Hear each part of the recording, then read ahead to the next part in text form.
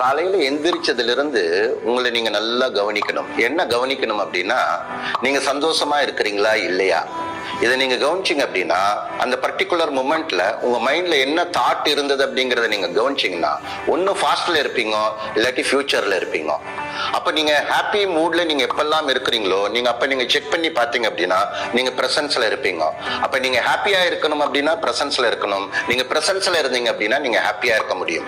அப்போ உங்களால வந்துட்டு என்ன அப்படின்னா, பிரசன்ஸ்ல நீங்க வச்சுக்கிட்டீங்க அப்படின்னா தான் லைஃப்ல நீங்க ஹாப்பியா இருக்க முடியும். ஹாப்பியா திங்க் பண்ணுவீங்க, ஹாப்பியா நீங்க பேசுவீங்க, ஹாப்பியா உங்க வேலையை செய்வீங்க.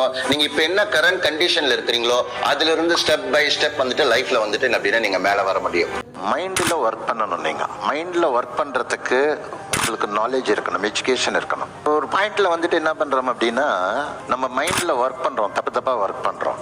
நீங்க உங்களுக்கு ஏதாவது ஒண்ணு அடையணும் அப்படின்னா, உங்களுக்கு ஏதாவது ஒண்ணு வந்துட்டு என்ன அப்படின்னா பிடிச்சு நீங்க இப்ப பண்ணிட்டு இருக்கிறீங்க, உபயோகம் இல்லாத வேலை, வருமானத்தை உண்டாக்காத வேலை, அதை நீங்க ஸ்டாப் பண்ணீங்கன்னா தான் அது உங்களுக்கு கிடைக்கும். இல்லாட்டி நீங்க தலைகீழ நின்னாலும் கிடைக்காது. மைண்டு எது எல்லாம் நம்புதோ அதை எல்லாமே இந்த உடம்பு வந்துட்டு அப்படின்னா பண்ணும். நமக்கு வந்துட்டு ஒண்ணுமே இல்லாதப்ப நம்ம மைண்டோட பவர் வந்துட்டு யூஸ் பண்ணலாம், டெஸ்பரேட்டா யூஸ் பண்ணலாம்.